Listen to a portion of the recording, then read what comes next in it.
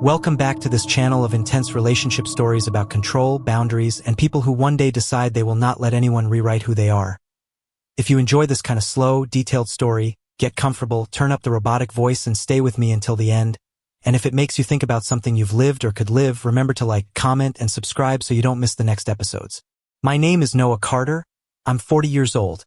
And this is how my wife tried to liberate our marriage with a stack of anti-patriarchy bedroom rules, and how my answer was complete patriarchal absence. I walked through the front door after a 12-hour shift, dreaming of nothing more dramatic than a shower, some leftovers, and maybe a little time on the couch with my wife. Instead, I stopped in the hallway, staring at something taped to our bedroom door. It was a sheet of paper covered in tidy handwriting, with a dramatic title in thick black marker, Anti-Patriarchy Bedroom Framework for a Conscious Relationship. Under that title, there wasn't one or two notes, there was a whole list, more than 30 numbered rules for how intimacy was supposed to work from now on. I started reading and felt my jaw tighten a little more with every line. One rule said I had to ask for explicit verbal permission before any physical contact, even a hug or a kiss. Another said I had to verbally acknowledge my male privilege before expressing any desire. One demanded that I dismantle my masculine conditioning through daily reflection before we could be close.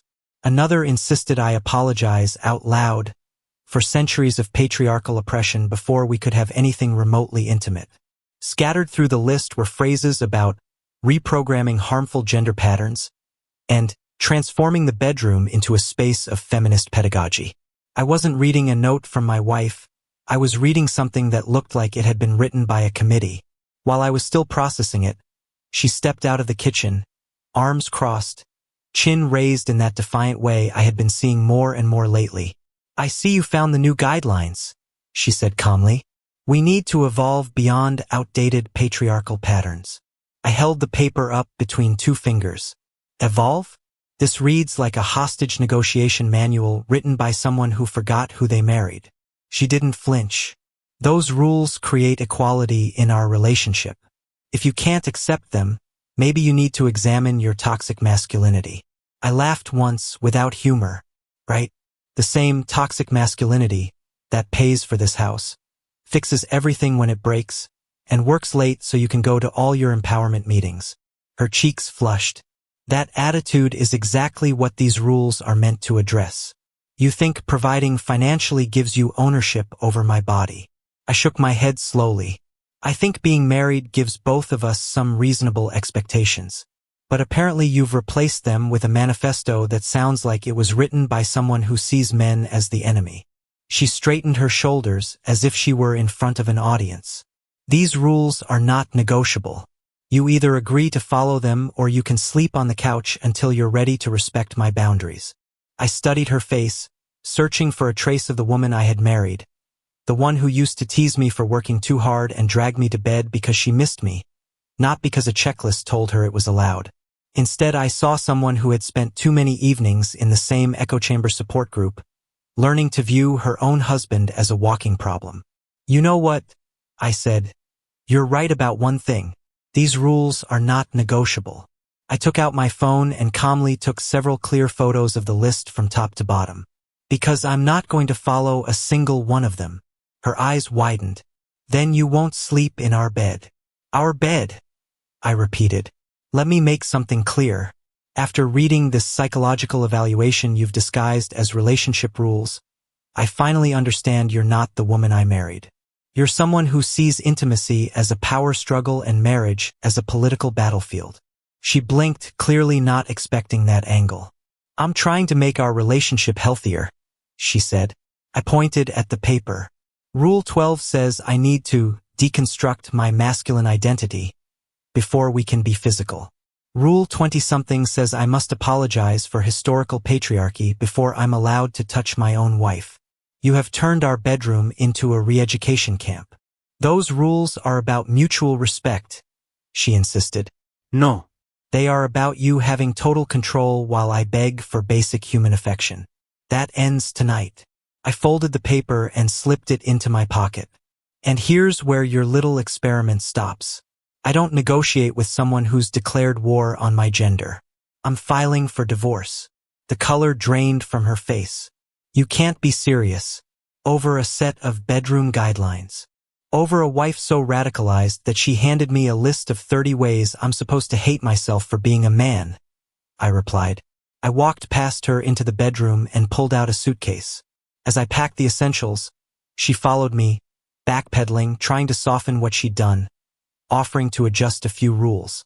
My answer was calm and final. You don't edit madness. You walk away from it. Congratulations on your anti-patriarchy revolution. You can fight it alone.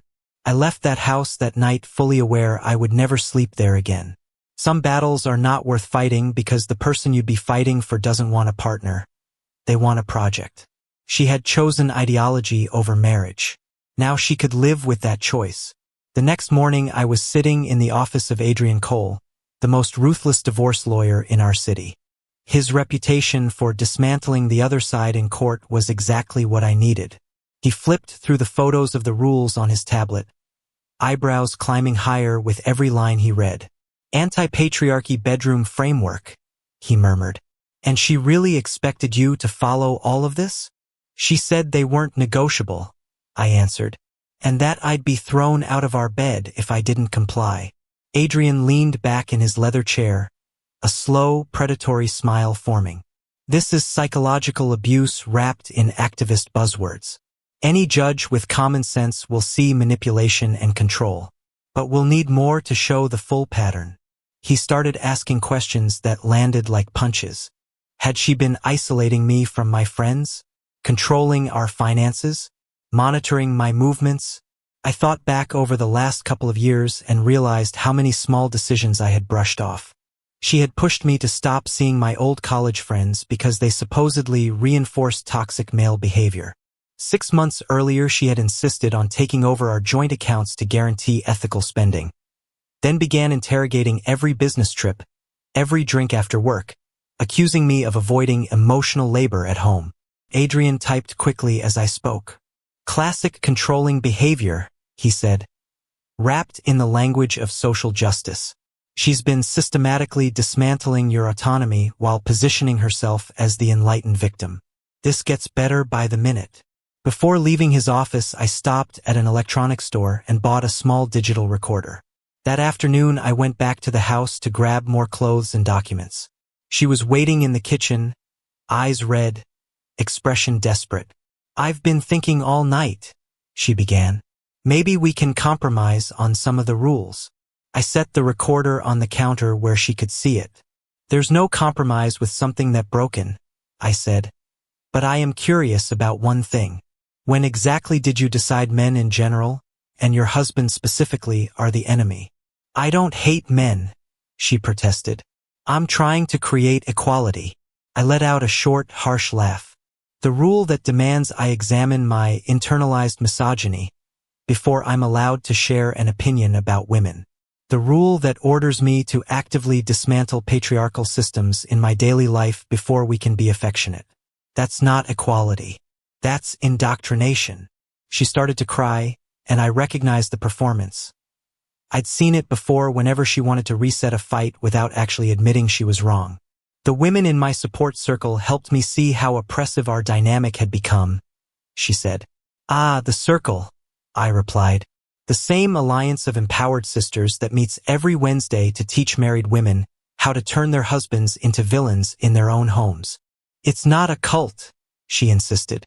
They're helping women recognize patterns of abuse. By teaching you to see completely normal marriage as oppression, and convincing you that your husband showing affection without a signed permission slip is assault, I said, shaking my head. They've poisoned your mind against the very idea of being a wife. I'm still your wife, she replied, grabbing my arm. We can get past this. I'll throw away the list. I gently removed her hand from my sleeve. You can't throw away what's in your head. You wrote those rules because you believe them. You see me as the enemy in my own home. I picked up the recorder. This conversation goes straight to my lawyer as evidence of how you're trying to manipulate me into staying in an abusive situation. Abusive? She shouted. I'm the one being abused here. You're the one who wrote a manifesto that treats me like a predator in my own bedroom, I answered. You're the one demanding I deconstruct who I am just to earn basic affection. I walked to the door. Save the victim performance for your group. I'm sure they'll tell you this is all my fault for refusing to be neutered. That night I met Adrian again, and the recording was even better than he'd hoped.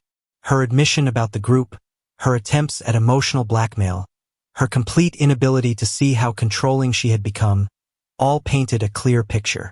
She's going to try everything now, Adrian warned. Tears, threats, promises to change, maybe even accusations against you. Document everything. Don't meet her alone if you can avoid it. And whatever you do, don't let her guilt trip you into backing off. I thought about the woman I had married 5 years earlier, someone who respected men and saw masculinity as something good, not a disease to be cured. That woman was gone, replaced by an ideological soldier who needed to win a power struggle more than she wanted a partner. The old me might have tried to save her from herself. The man sitting in that office had learned a hard truth. You cannot negotiate with someone who has declared war on your existence. A week after we filed, something surprising happened. I remembered what life felt like when I wasn't walking on eggshells. The small apartment I'd rented was modest but peaceful, free of posters about smashing the patriarchy and lectures disguised as conversations. My phone buzzed constantly with her calls, messages, and voice notes, but I was busy collecting everything Adrian had asked for. I pulled bank statements that showed hundreds spent on workshops, radical therapy sessions, and retreats without my knowledge. I took screenshots of messages where she called me toxic whenever I disagreed with her political opinions. I dug up emails she had sent to her sister, describing me as another casualty of patriarchal conditioning who refused to evolve. The most damaging evidence came from her own social media.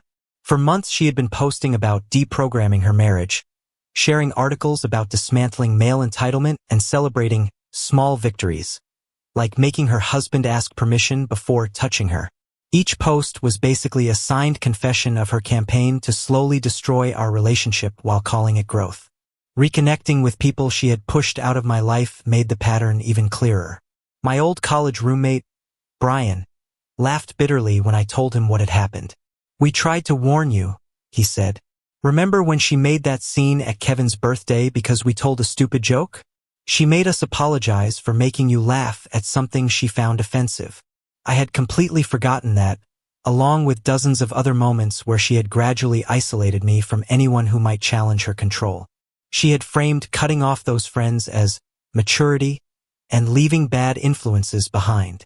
Now I saw it as strategic isolation. My younger brother was even more direct. "She turned you into a stranger," he told me. "The last time we had dinner at your place, you apologized 3 times for expressing opinions she didn't like, in your own kitchen. It was painful to watch." As I talked to friends and family, the same picture emerged. Over 2 years she had carefully dismantled my confidence, labeling every strong, masculine trait as problematic, and training me to apologize for simply being myself. While I was finally breathing again, she was escalating. She showed up crying outside my office building, telling anyone who would listen that I was abandoning our marriage over a misunderstanding. When that failed, she switched to anger, leaving raging voice messages about how I was proving every stereotype about fragile male egos. The saddest attempt came when she recruited her mother to call me. "She just wants you to understand her perspective," her mother begged. "Maybe you could attend one of her group meetings and hear what she's learned." "You mean the same radical circle that taught her to see her own husband as an oppressor?" I answered calmly. "The same group that turned intimacy into a political negotiation? With all due respect, those meetings are exactly why we're getting divorced." Adrian documented everything, building an airtight case that showed her as controlling, unstable, and emotionally abusive. The bedroom rules were only the tip of the iceberg. We had evidence of financial manipulation, social isolation, emotional abuse, and a clear record of radical indoctrination. "Once she realizes you're not bluffing, she'll come at you hard," he warned again. "People deeply invested in this kind of narrative almost never accept responsibility. She'll claim you're the abuser, that you're punishing her for standing up for herself.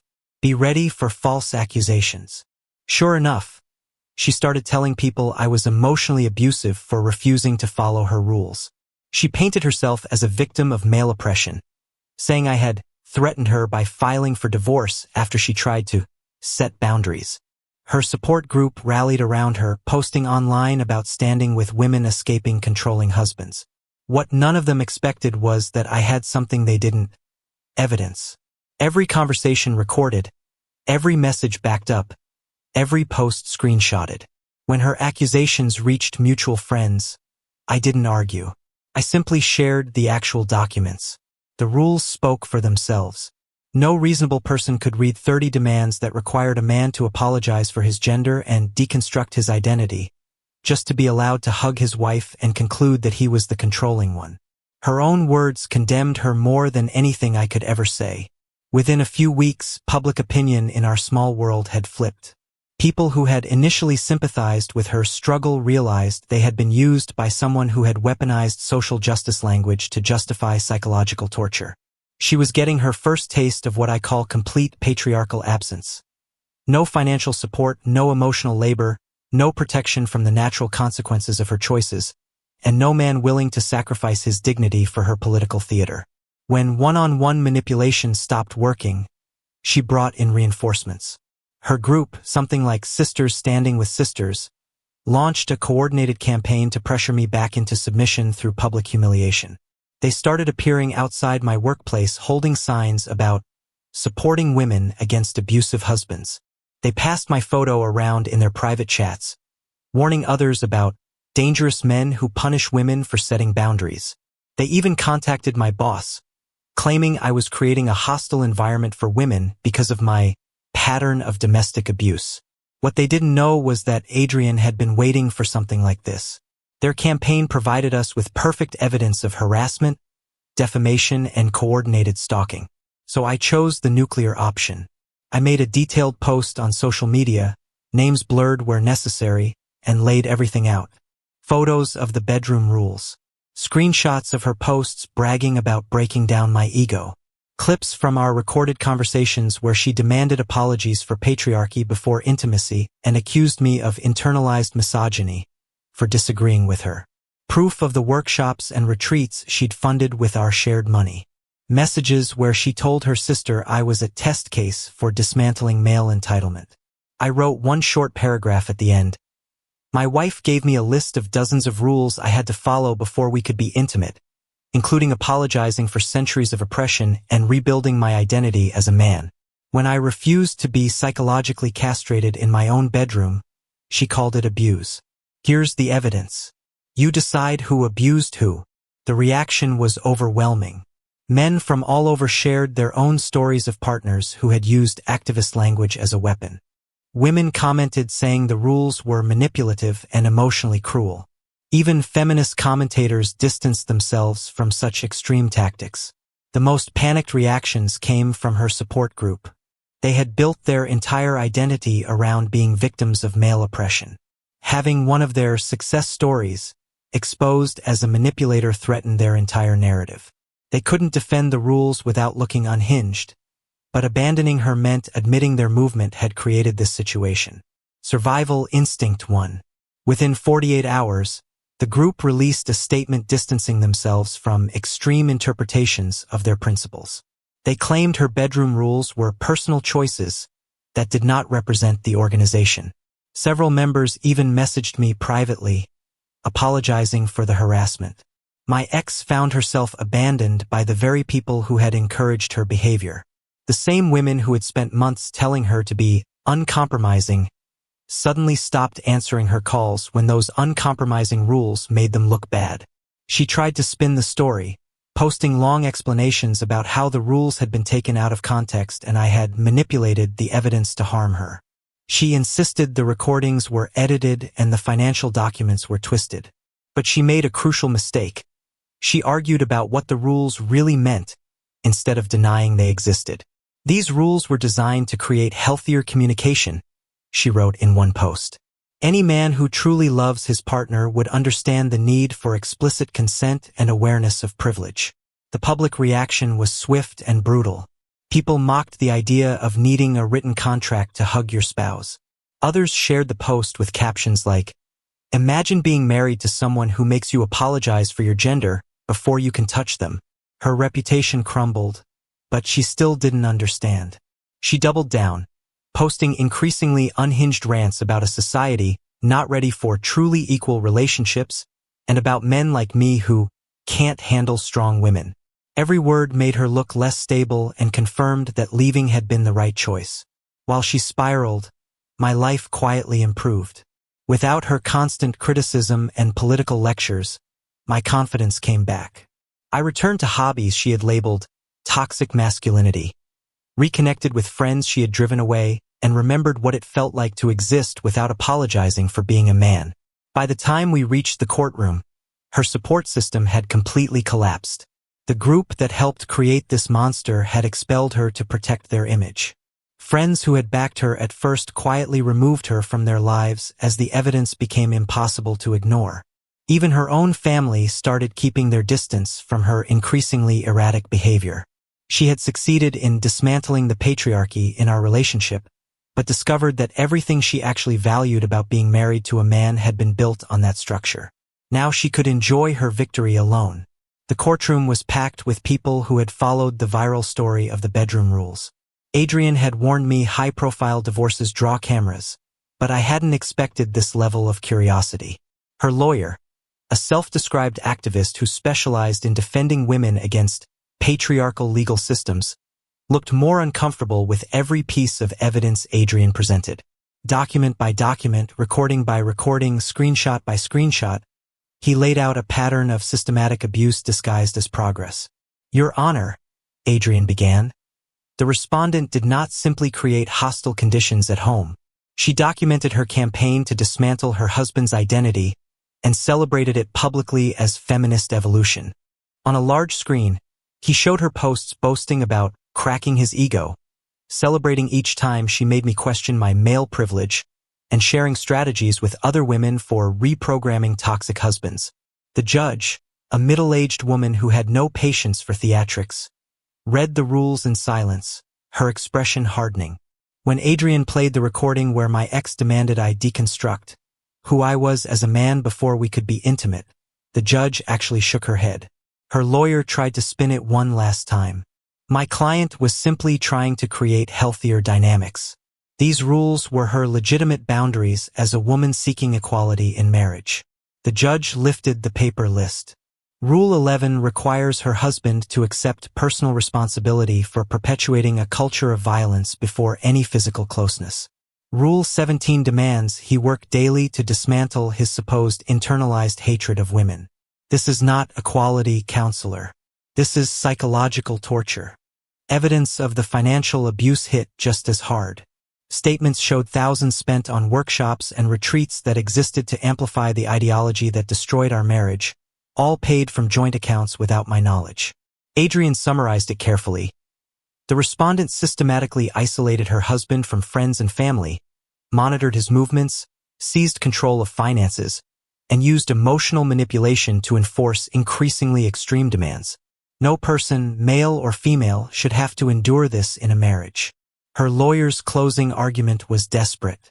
We cannot allow this court to criminalize feminism. My client's efforts to address inequality were a form of self-defense, not abuse. The judge's answer was sharp. Feminism does not give anyone the right to torture their spouse. Creating dozens of rules to emasculate your partner is not equality, it is calculated cruelty. The evidence clearly shows a pattern of controlling and manipulative behavior. When it came time for the ruling, Adrian was ready. Her constant public declarations about my privilege and internalized misogyny left her no room to claim she depended on me financially. Her documented abuse made the division of assets straightforward. The respondent will not receive spousal support, declared the judge.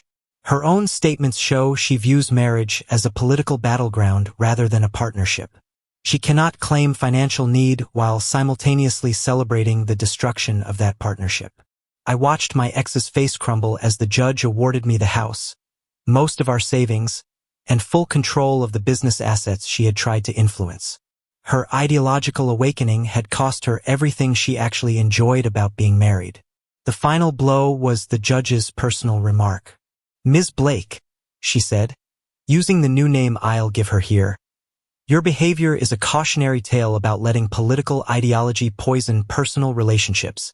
You turned your marriage into a psychological experiment and documented it with disturbing pride.